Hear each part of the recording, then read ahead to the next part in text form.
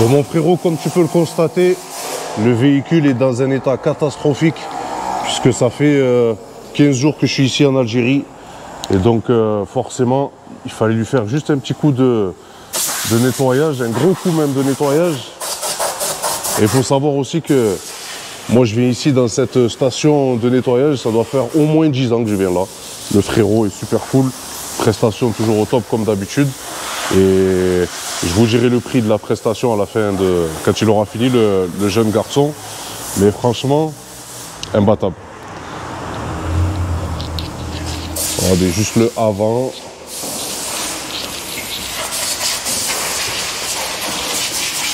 Véhicule familial, je le rappelle.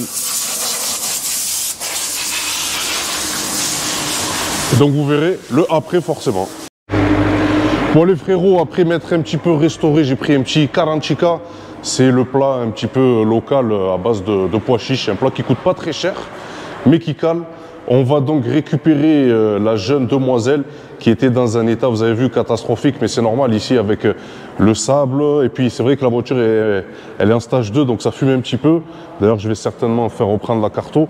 Donc je viens récupérer le véhicule. Et là, c'est sûr, hein, là vraiment, il y a... Regardez-moi ça, il n'y a pas photo. Moi, ce que j'aime bien, c'est qu'ils utilisent vraiment toujours des produits, ils font tout à la main. Regardez, même la jante, je ne me rappelais même plus qu'elle brillait.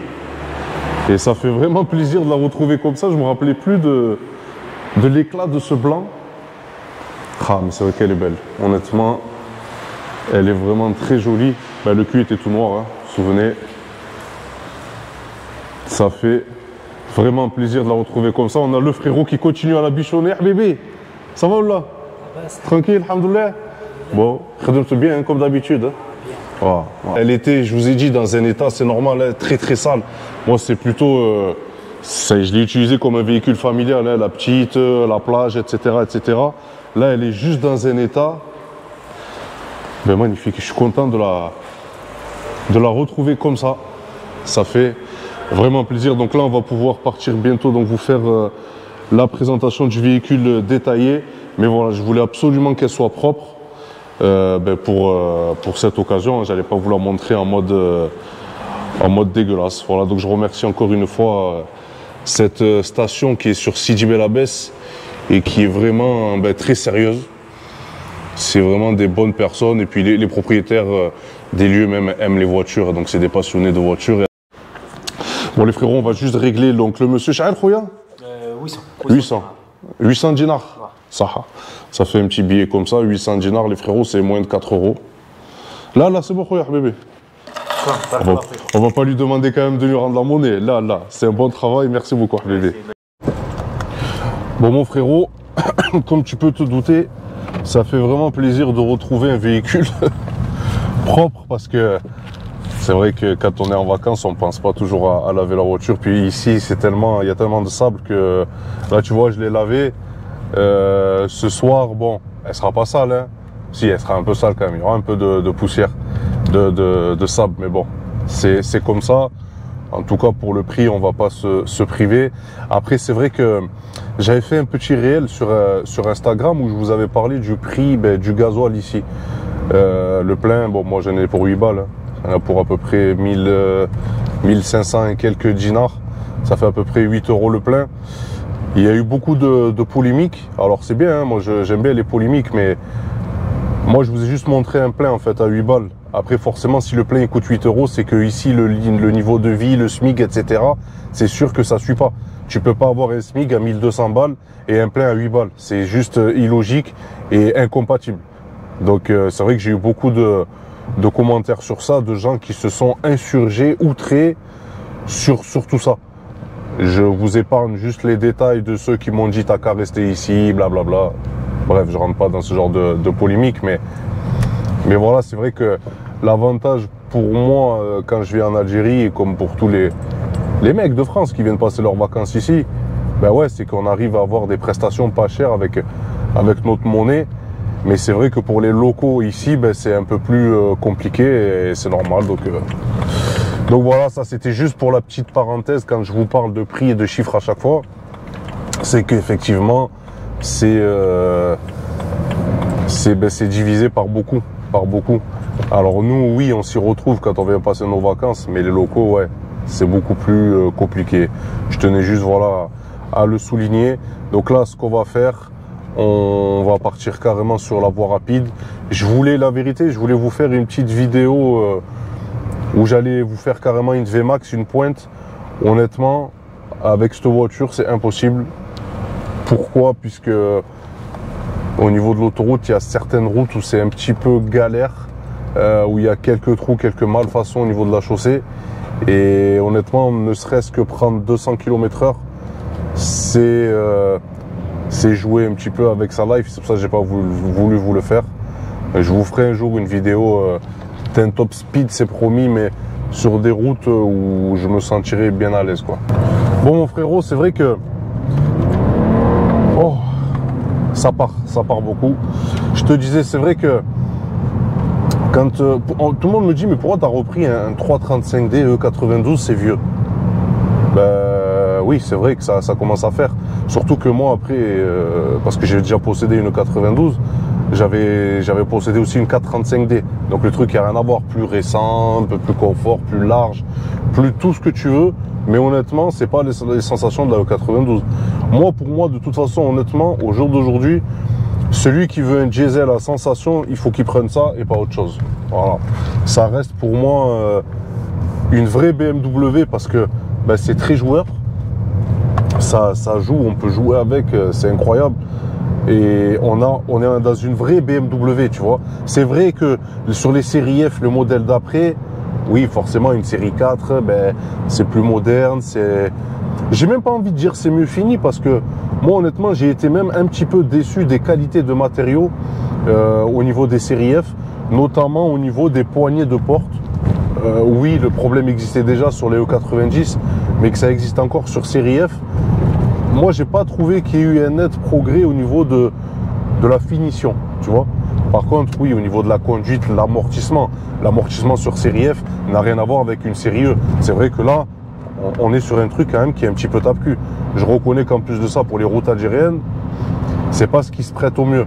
Mais tu as l'impression quand même d'être dans une voiture, tu vois, un petit peu sportive.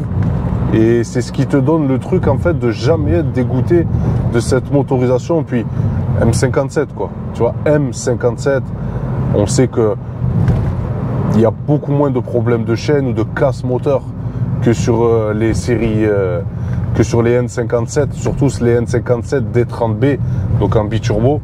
Cela pour moi c'est une catastrophe. Les coussinets de vélo qui se bouffent, les coussinets de bielle, etc., je parle pas. Alors il y a eu quelques cas de casse de chaîne de distribution sur les M57 N2. Bon, ça peut arriver. Moi, ce que je préconise, c'est qu'arriver de toute façon à 250 000 km, il vaut mieux faire en préventif une chaîne de distribution où vous allez en avoir pour 1400 € en général max. Hein. Moi, c'est ce que me proposait mon ami Boyer Mekakars pour me changer donc la chaîne de distrib, puisque vu qu'elle est à l'avant, on n'a pas besoin de tomber tout le moteur. Et c'est là où l'intérêt, ben, c'est de le faire avant. C'est que vu qu'on n'a pas besoin de tomber le moteur, autant utiliser ces 1400 € plutôt que d'attendre la casse, puisque si une chaîne de distribution casse, bon ben là c'est cuit, les pistons vont faire bisous avec les soupapes, les linguets, etc. Là, au lieu de 1400 €, tu t'en sors pour un billet à 3500 direct. Donc ouais, il y a eu des problèmes de casse de chaîne de distribution sur M57, moindres, mais ça existe, c'est quand même à prendre en compte. Sinon, pour moi, honnêtement, c'est surtout en stage 2 comme ça, je ne l'ai pas passé au banc, donc je ne peux pas vous dire exactement combien de chevaux elle sort. Moi, je l'estime à 350, 360. J'ai déjà essayé des stages 2 beaucoup plus poussés que celui-là. Ça reste sobre, même je le vois en consommation, elle ne consomme pas tant que ça. Et ouais, c'est une motorisation en diesel, on peut pas se lasser, c'est imbattable. Je vais vous faire écouter un peu.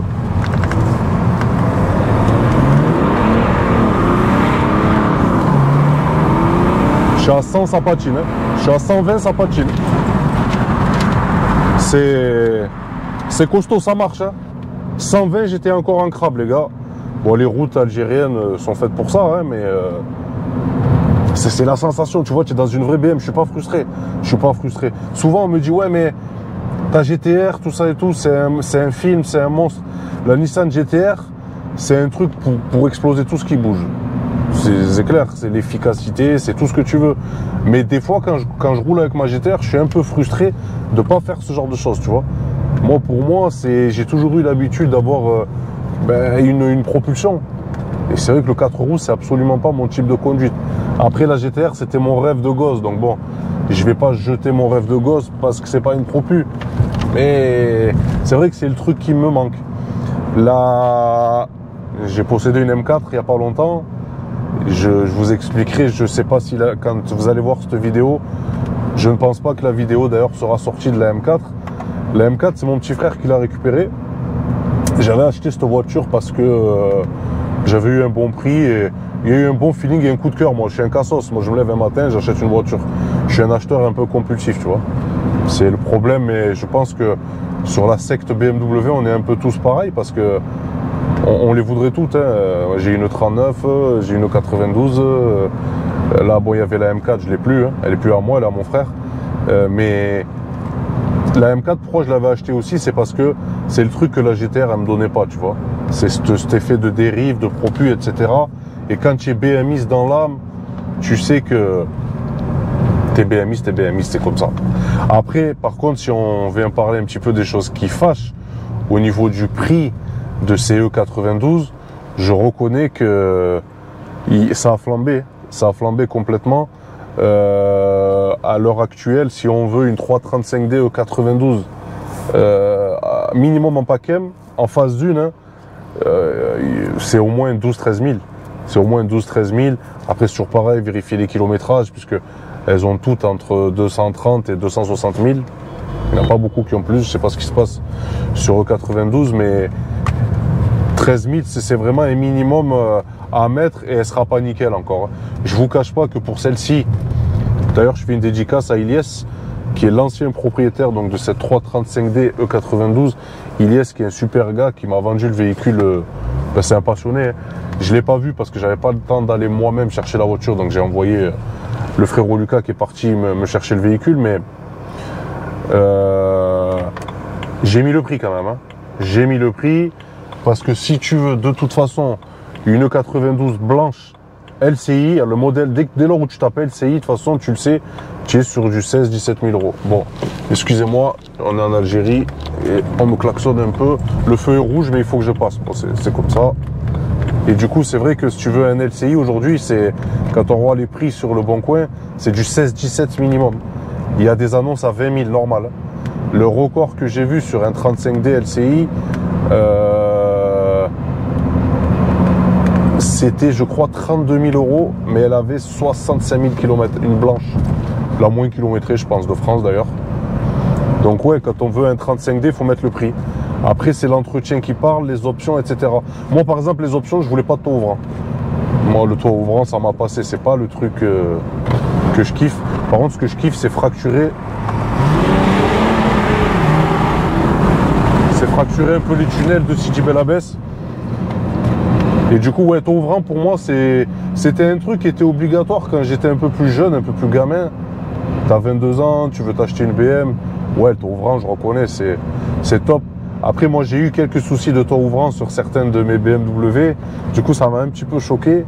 Donc, je préfère éviter maintenant le toit ouvrant. Comme ça, je suis tranquille, je sais qu'il n'y a pas d'infiltration d'eau, etc. Par contre, ouais, quand je prends une BMW, forcément, le paquet, c'est obligatoire. Un minimum d'options, quoi. Feu directionnel. Qu'est-ce qu'il y a encore ouais, non, après, des options. Ouais, un porte-gobelet. Ça, j'avoue que c'est une option, elle est un peu à la con, mais si tu n'as pas de porte-gobelet.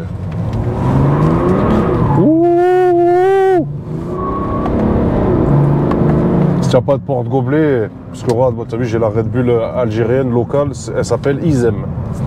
Izem Énergie, franchement, elle est pas mal. Moi, j'aime bien.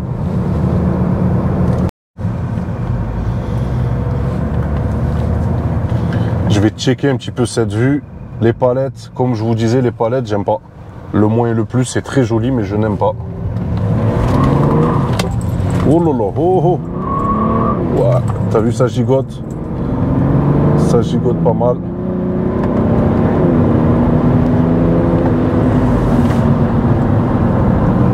on est dans une vraie BM. On est dans une vraie BMW. Comme je te disais, les palettes, j'aime pas. Pourquoi? Parce que tu vois, par exemple, comme je tiens ma caméra, mais ça peut être quand je tiens ma Red Bull, etc. Sur les anciennes palettes, en fait, quand tu poussais, tu rétrogradais. Quand tu tirais, tu avais le plus. Et en fait, c'est vrai que moi, ça me manque un petit peu. C'est plus esthétique, un moins et un plus, ça, il n'y a pas de souci. Mais honnêtement, c'est plus pratique quand tu as des deux côtés, en fait, que tu peux faire la même chose, tu vois.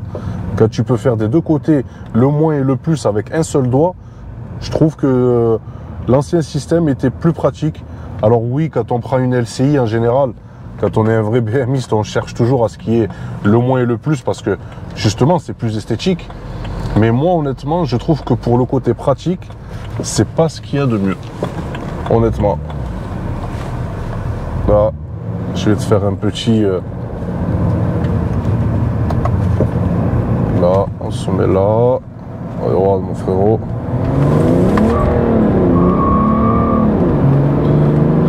Ça patine comme tu peux le constater.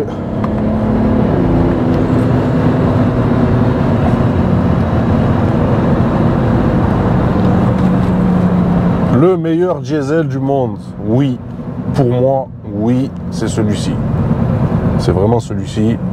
Et en plus de ça, ben, vous avez vu le potentiel. Hein. Vous injectez 5-6 000 euros, vous sortez plus de 500 chevaux. Et vous avez de quoi faire. Vous avez vraiment de quoi faire. Donc ouais, c'est la motorisation à acheter au jour d'aujourd'hui. Les problèmes, on les connaît. Ça se fiabilise très facilement. On en a parlé, les clapets, la poulie d'ampère, etc. etc. N'oublie pas de changer la pompe à eau aussi, puisque celle-ci, on la zappe souvent. Et franchement, vous pourrez faire que des kilomètres hein, avec ces voitures-là. Et pour moi, le prix, pour ceux qui attendent, pour ceux qui se disent oui, mais les diesel, ça y est, c'est bientôt fini. C'est jamais fini. Le diesel n'est pas fini. J'ai les deux, hein, essence diesel, hein, mais le diesel n'est pas fini. Là, je vous amène dans un petit coin très très sympathique à Sidi Bel Abbès que j'aime bien. C'est où je me recueille d'ailleurs souvent quand j'ai mal à la tête. Je vous cache pas. De regarder ce jeune petit lac. Très très cool. Et voilà, sinon on peut tout faire avec une 92. Hein. Vous avez vu, je suis parti en vacances en famille. Alors ce que j'aime bien aussi, c'est qu'il y a donc les attaches pour mettre un coffre de toit. Donc si tu pars loin, tu mets ton coffre de toit et puis tu es tranquille. Donc c'est une bonne caisse. Le petit bémol reproche que je ferai, mais c'est parce que je mange trop, c'est que les sièges sont un peu trop baqués sur le paquet, je trouve. Je sors d'une 60 aussi, donc c'est normal. Mais t'as vu, c'est juste, tu vois, je suis un peu comprimé. Et c'est le seul défaut que j'ai d'ailleurs. Ce que je voulais même faire, c'était acheter des sièges confort, enlever ceux du Pacem et mettre des conforts pour moi. Mais après, quand j'ai vu le look, j'ai dit non, c'est pas grave, on restera comprimé dans les sièges M et c'est comme ça. C'est le seul bémol que je reproche à ça, c'est ça et un peu d'être un peu tape-cul. Bon, quand on achète une BM, on le sait, hein, si on veut vraiment un truc confort, on prend pas une série 3. Mais pour moi, le bilan de cette voiture est juste positif et j'en ai racheté une 6 ans après de 92 parce que j'arrivais pas à l'oublier. J'avais vendu ma F10 à l'époque, je me rappelle. J'avais vendu ma E92 pour ma F10 et j'ai jamais réussi à oublier ma E92. C'est ouf, il y a des voitures hein, comme ça qui vous marquent. Celle-ci m'a vraiment marqué, c'est pour ça que je voulais en racheter une. Donc c'est chose faite et je suis vraiment très content de l'avoir acheté. Donc aujourd'hui c'est une vidéo qui est tournée en Algérie puisque je suis en vacances, donc ça fait du bien. Malheureusement c'est mon dernier jour de congé en Algérie aujourd'hui puisque je repars. Et donc je tenais à vous faire cette vidéo forcément un petit peu nostalgique de la famille, des choses qu'on peut retrouver ici, des amis, etc. etc. Je vais pas en dire plus sinon je vais pas réussir à finir ma vidéo. Mais voilà, donc je dédicace cette vidéo à mes parents, ma grand-mère surtout, mes grands-parents, tous les amis qui me suivent de Sidi Bel Abbès, tous les amis, même de Oran, de l'Ayoun, du frérot Kada, toute sa famille. Voilà, je vous embrasse tous, mon frérot Emeli. Et ouais, c'est un petit peu avec nostalgie que je vous fais cette vidéo. Je suis content, hein, mais c'est un peu compliqué. Ça me fait toujours ça quand les vacances sont finies, c'est normal. Hein.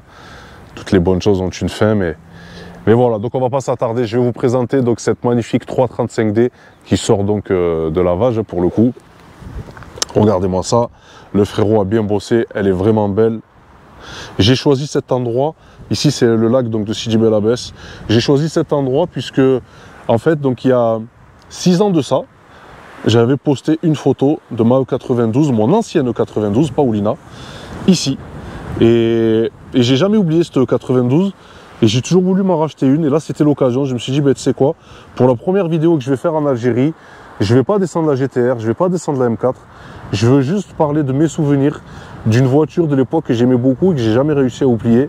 Ma E92, dans ce magnifique contexte lac de Sidi Bel Abbès sur lequel souvent je médite, souvent je me pose et je regarde le lac et puis je réfléchis à ce que je veux faire, au projet que j'ai, etc., etc. Donc la vue est belle. Si je dois donc vous parler du véhicule donc, que j'ai acheté récemment, donc il s'agit d'une 335D E92 LCI. Donc ce qu'on peut constater direct, c'est au niveau des phares. On n'a pas du tout la même face avant qu'une 92 phase 1. Alors, vous allez me prendre pour un fou les amis, si je vous dis que je préfère la phase 1 par rapport à la phase avant que la phase 2. Donnez-moi vos avis, donnez-moi vos commentaires. Je trouve que la phase 1 est intemporelle, elle a son truc, je la trouve plus agressive. Celle-ci est belle, élégante, mais honnêtement, je préfère la face avant d'une phase 1. En E92, hein, pas en E90. En E92. C'est mon avis, mais bon, elle reste quand même jolie. Hein. D'ailleurs, si j'ai pris une LCI, c'est parce que je voulais une LCI, mais ouais, petite préférence quand même pour la phase 1, sinon classique, la Honor Touch avec les calandres en noir. Je précise que moi je n'ai rien fait sur le véhicule, je l'ai acheté tel quel.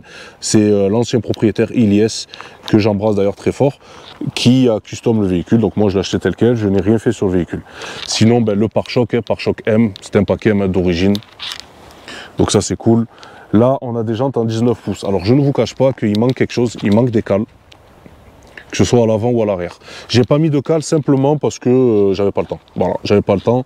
Et c'est la première des choses que je vais faire quand je rentre en France, c'est mettre des cales, puisque c'est vrai qu'il manque, je trouve qu'il manque un petit peu de largeur. Regardez, ça rentre un peu trop. Sinon la config pour moi, blanche, jante noire, moi c'est celle qu'il me fallait. Ça c'est obligatoire.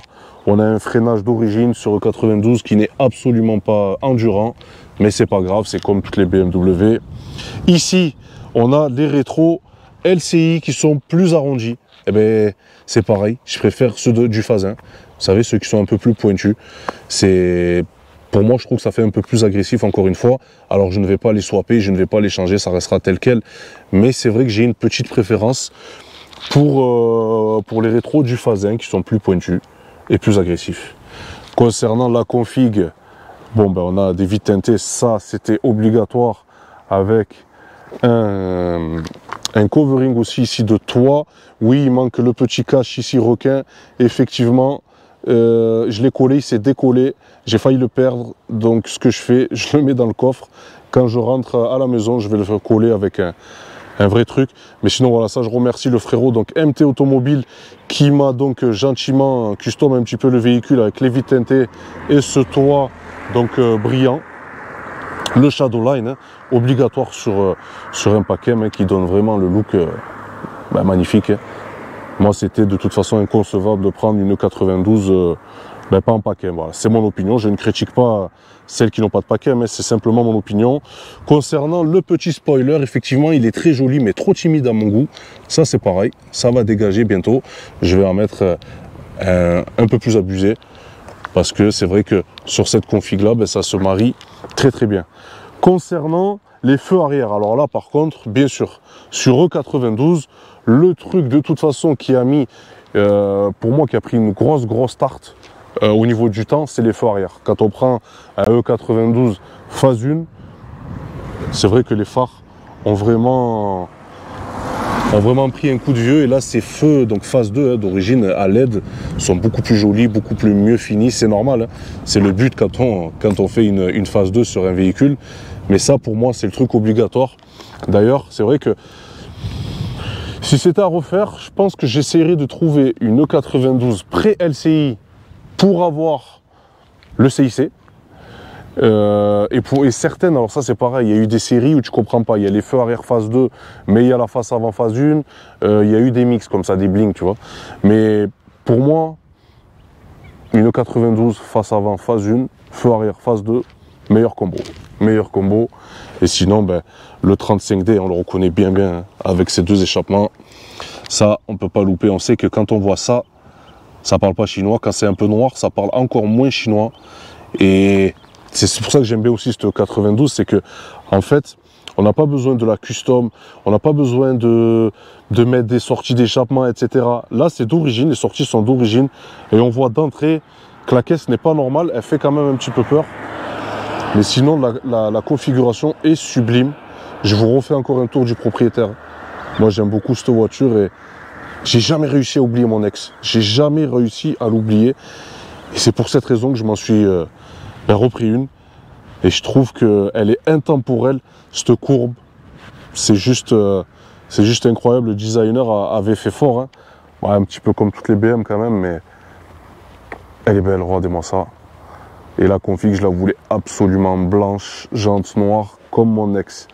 Et j'ai pu enfin retrouver ma merveille. Donc franchement, c'est vraiment top, c'est vraiment cool. Je ne regrette surtout pas mon achat, bien au contraire. Bon mon frérot, notre fameux M57, c'est d'ailleurs la raison pour laquelle j'ai racheté une 92 et pas une série 4. Pas une série F du coup, mais parce que je voulais absolument avoir un M57, parce que j'ai déjà eu dans ma vie 2 N57, j'ai déjà pris 2 fois les chaînes dans ma gueule, et je te dis la vérité, ben, j'avais plus envie que ça se passe. Donc moi ça y est, bon, ça, les N57, j'ai tiré un petit peu ma révérence. Je dis pas que c'est un mauvais moteur, c'est un bon moteur qui se prépare bien, qui est même un peu plus performant qu'un M57. Mais moi personnellement, déjà les problèmes de chaîne, alors ça je comprends pas déjà qu'il est mis à l'arrière. Et il y a aussi le fait que sur les N57, les D30B de mémoire, donc biturbo, il y a les paliers de vilebrequin qui se bouffent, les coussinets de bielle qui se retournent, etc. Franchement, si on prend un N57, d'entrée, il faut lui mettre 4000 balles de fiabilisation. Tu fais tes paliers de vilo, tu fais ta pompe à huile, tu fais tes coussinets de bielle, tu fais ta chaîne de distri. Mais ça t'a délesté quand même de 4000. Moi, ça, c'était un truc que je voulais pas. C'est pour ça que j'ai rien contre ce moteur, hein, mais ouais, moi, c'est stop. Voilà. Ça s'arrêtera là. Je préfère mon bon vieux M57 qu'on connaît tant. Attention, qui n'est pas exempt de problèmes. Hein. Il y a des petits soucis d'ailleurs que je vais vous énumérer. Donc moi, déjà, avant de partir, qu'est-ce que j'ai fait? J'ai fait ma poulie d'ampères. Parce que c'est la maladie et j'ai bien fait de la faire. Regardez la vidéo. Il y a une vidéo que j'ai tournée là pour mon road trip donc de la France en Algérie. Vous allez voir que la poulie d'ampères était cuite, j'ai bien fait de la changer. Suppression de clapet, forcément un clapet qui tombe, c'est moteur mort. Donc à faire. Les durites donc de turbo également, de dépression à changer. Donc ça c'est à faire, hein, puisque dès qu'elles sont cuites, on perd de la puissance. Électrovanne de turbo x2, il y a 2 turbos, donc 2 électrovannes. Moi, ce que j'ai fait également, j'ai supprimé le GR. Ça, c'est pareil. Quand ça lâche, il y a tous les symptômes d'un joint de culasse. Mais ça n'est pas un. Donc, il y en a beaucoup qui ont fait des bonnes affaires, puisqu'ils savaient, en achetant des voitures où les propriétaires pensaient avoir des joints de culasse. Et bien non, le refroidisseur EGR, en fait, quand il se fissure à l'intérieur, laisse passer les gaz d'échappement avec l'eau. Et en fait, vous allez avoir une grosse fumée, consommation d'eau. Mais c'est juste le GR qui est cuit. Donc ça, le refroidisseur, il y a un kit bouchon hein, qui se vend. Vous le condamnez et puis vous êtes tranquille. Qu'est-ce qu'on a encore? Poulie d'ampères, on en a parlé. Les courroies, la pompe à eau, c'est vrai que la pompe à eau, on l'oublie. Alors quand le véhicule commence à atteindre les 180-200 000, à changer pompe à eau avec Carlosta, ça c'est pareil, c'est des trucs qu'on oublie. Comme c'est une chaîne de distri, on n'y pense pas souvent, mais c'est à faire. Qu'est-ce qu'on a? On a également des fois cette petite durite qui se fissure, celle-ci là. Donc vous allez avoir un voyant moteur et ça va fumer beaucoup plus noir à l'échappement. Et en fait, c'est rien de grave, c'est celle-ci qui se fissure, forcément, perte de puissance.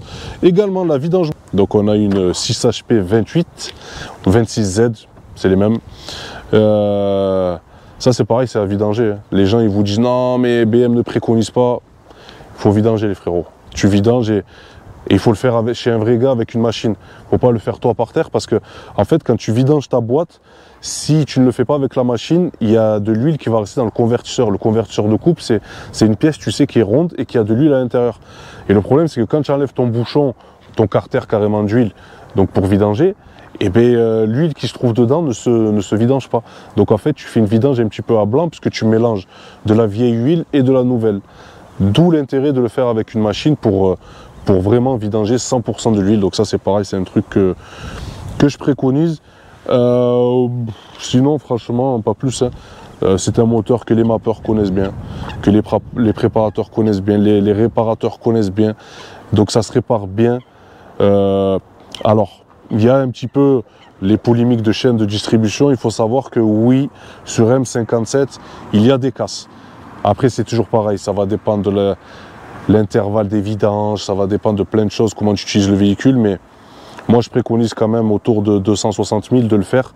Attention, pas sur tous les M57, sur les M57 N2, en fait c'est les derniers M57. Par exemple, si tu prends un 530D, si tu prends un 530D pré-LCI, tu es tranquille. Si tu prends un 530D E60 LCI, tu n'es pas tranquille, tu vois. Donc, idem hein, sur les 35D comme ça, 286, il y a eu des cas de casse.